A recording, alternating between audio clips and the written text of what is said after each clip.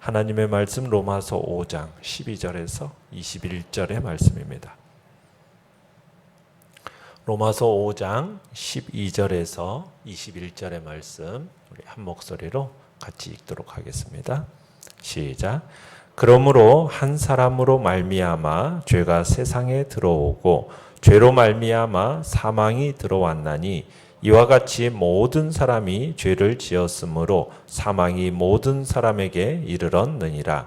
죄가 율법 있기 전에도 세상에 있었으나 율법이 없었을 때에는 죄를 죄로 여기지 아니하였느니라.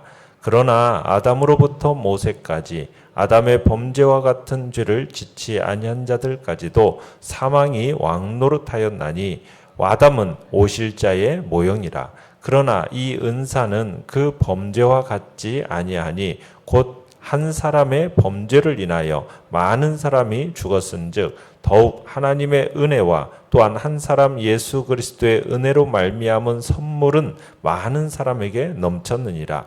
또 이 선물은 범죄한 한 사람으로 말미암은 것과 같지 아니하니 심판은 한 사람으로 말미암아 정죄에 이르렀으나 은사는 많은 범죄로 말미암아 의롭다 하심에 이름이니라.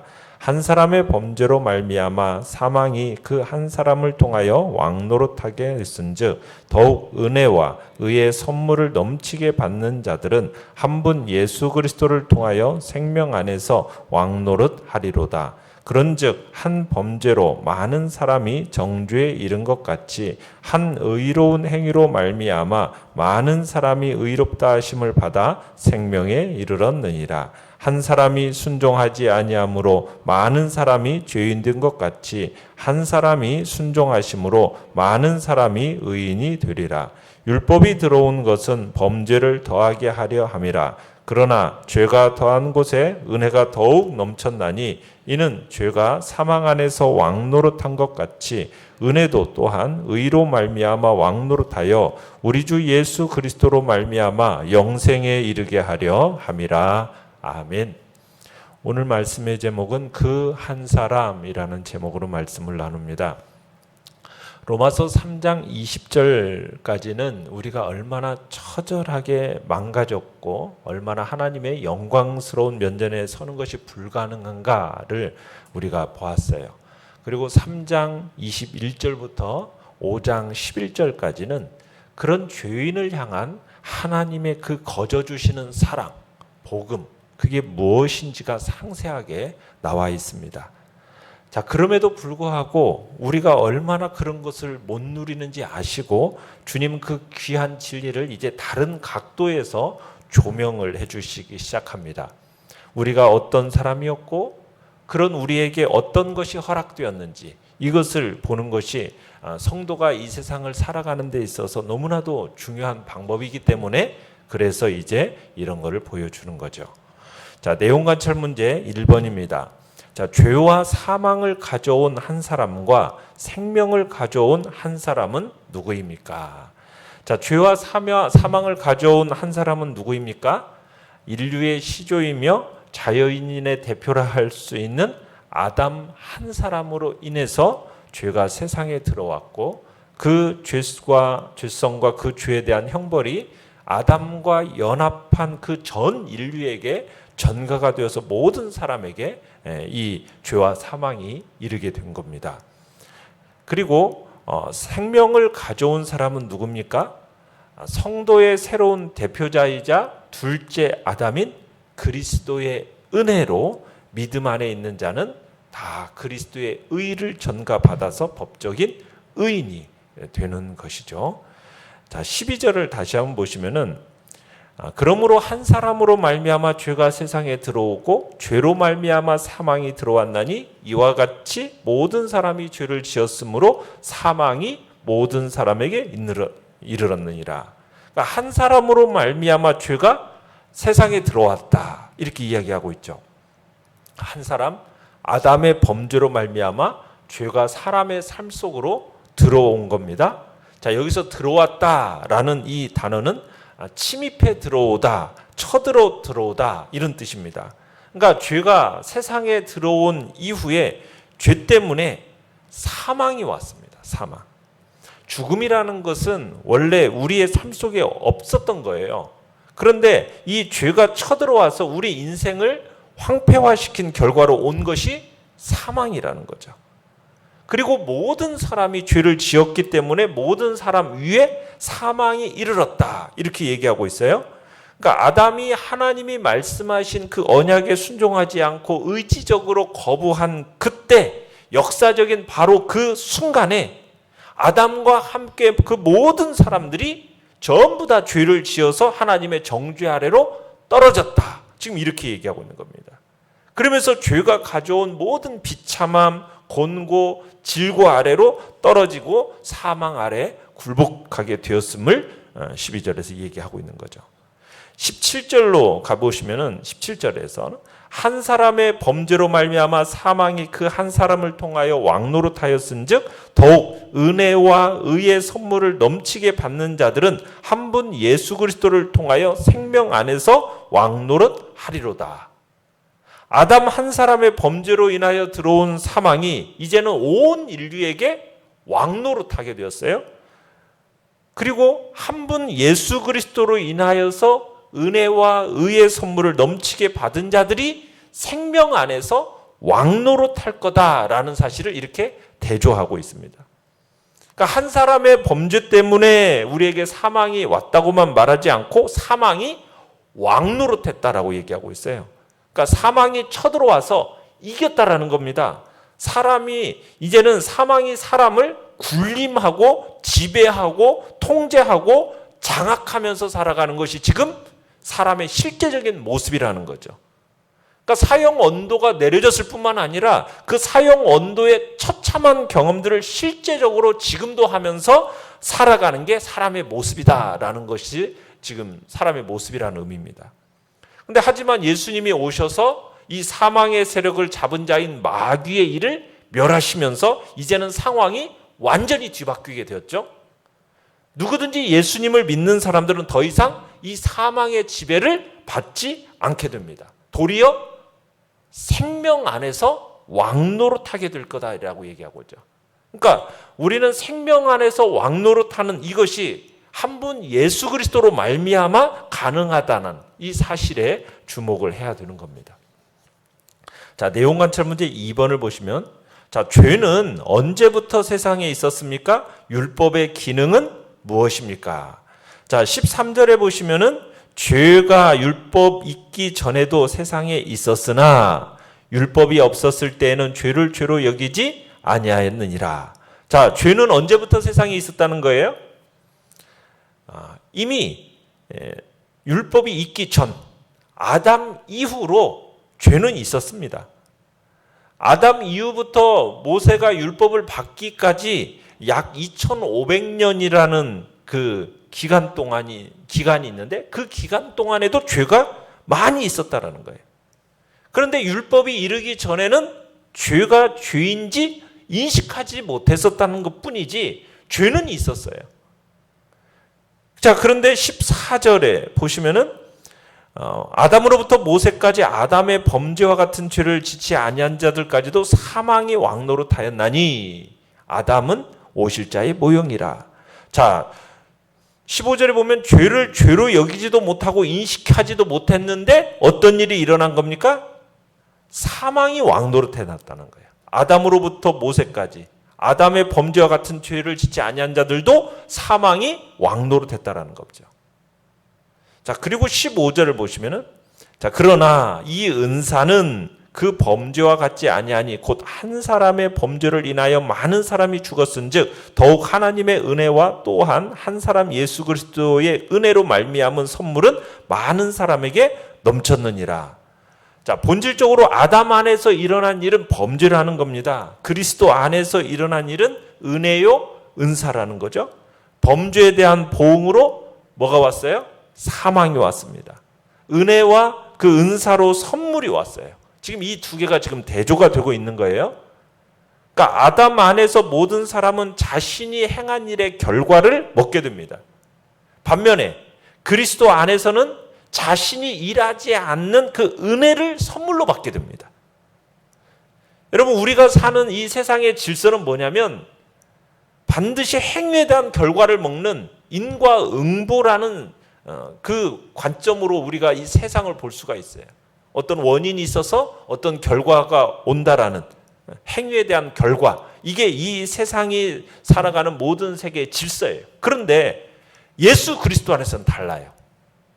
예수 그리스도 안에 속하면은 그 예수 그리스도의 완전한 순종 때문에 우리의 자격과 조건과 공로에 의하지 않고 우리의 일한 것과 관계없이 은혜가 선물로 주어지는 것이 우리 그리스도 안에서 살아가는 자에게 주어지는 질서입니다.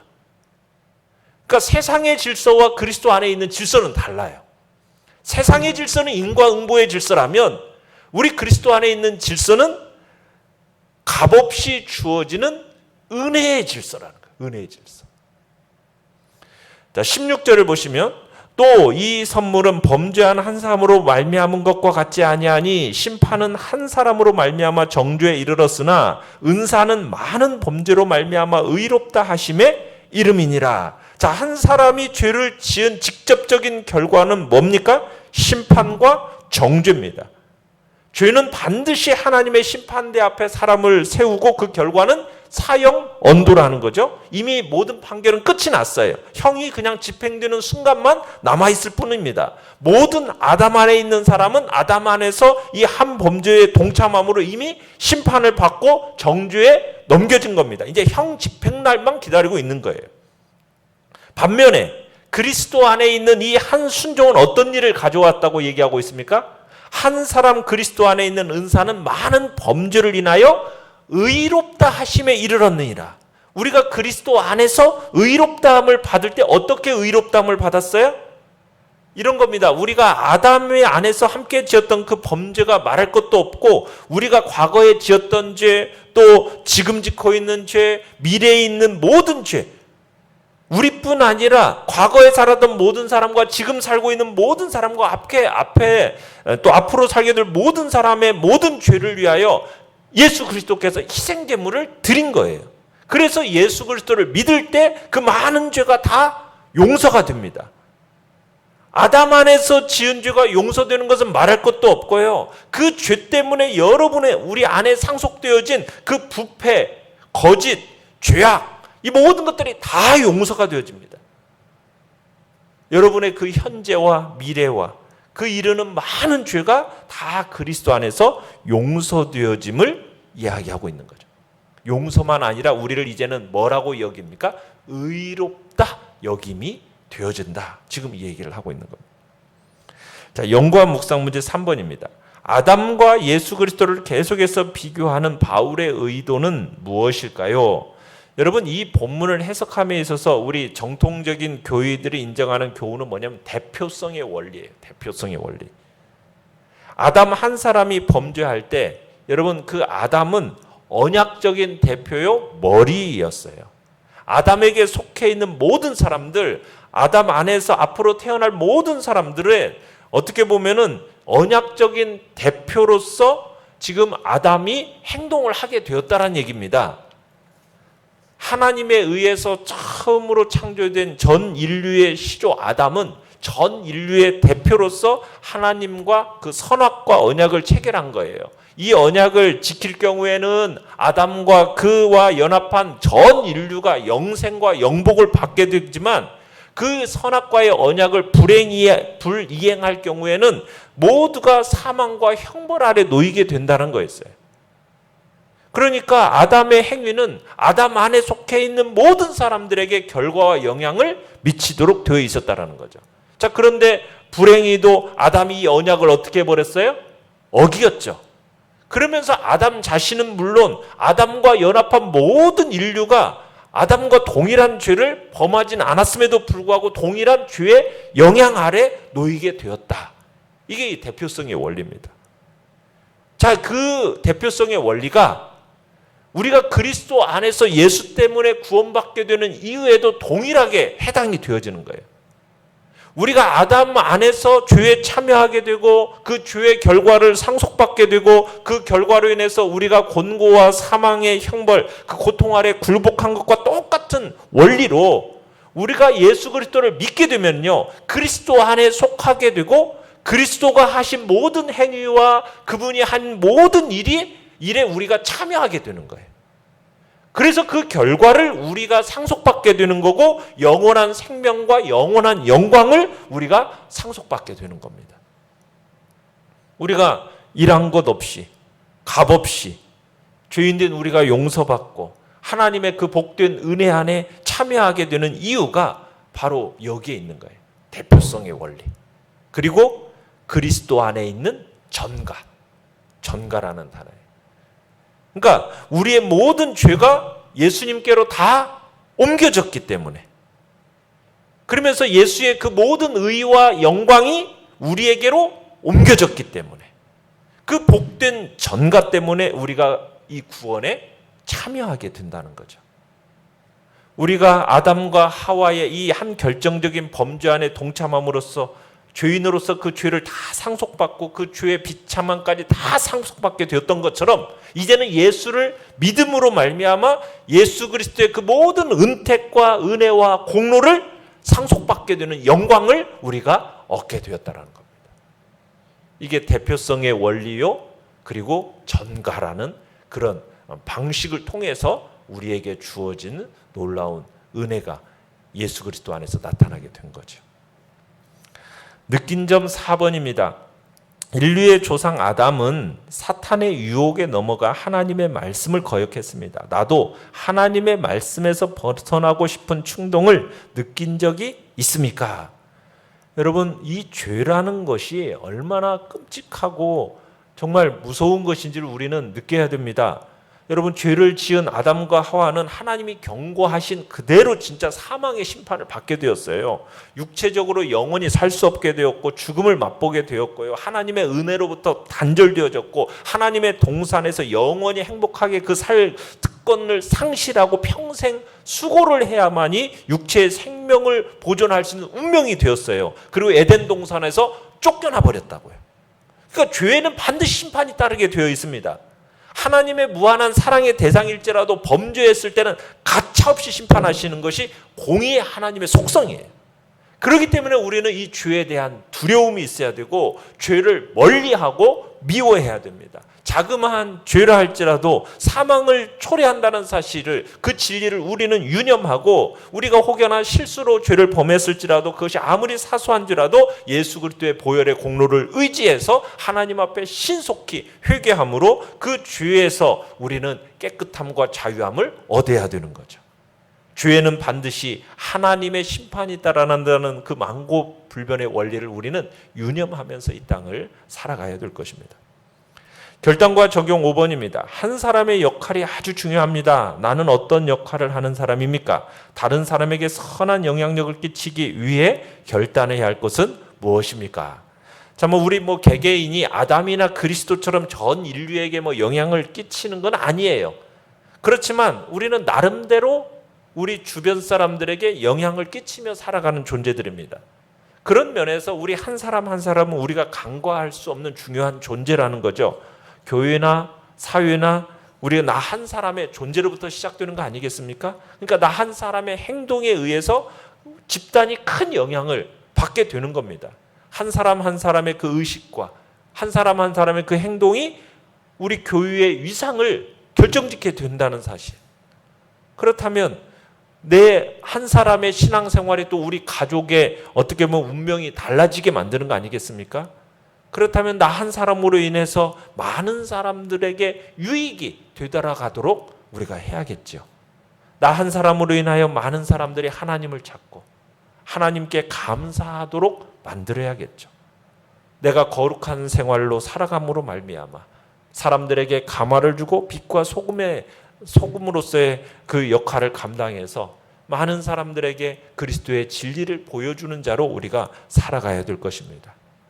나 한 사람, 나 하나쯤이야 라고 치부해서는 안 되고 나 한 사람으로 말미암아 우리의 공동체가, 우리의 교회와 우리의 가정과 우리의 사회가 올바르게 될 수 있기도 하고 이것이 악한 영향을 끼칠 수 있다라는 참으로 우리 자신에 대한 스스로에 대해서 그런 마음을 가지고 우리가 이 땅을 살아가야 되겠습니다. 오늘의 기도 같이 읽겠습니다. 시작. 교회와 직장, 가정에서 어두운 곳을 밝히는 빛의 역할을 잘 감당하도록 함께 하소서. 아멘. 말씀을 생각하면서 기도하시고요. 연약한 우리의 지체들을 위해서 기도해 주시기 바랍니다. 그리고 코로나 사태가 이제 많이 잠잠해져 가지만 온전히 이제 잠잠해서 우리의 일상이 회복되고 우리의 교제와 우리의 예배가 방해받지 않는 은혜를 구하면서 주여 우리 세 번 부르짖며 나아가겠습니다.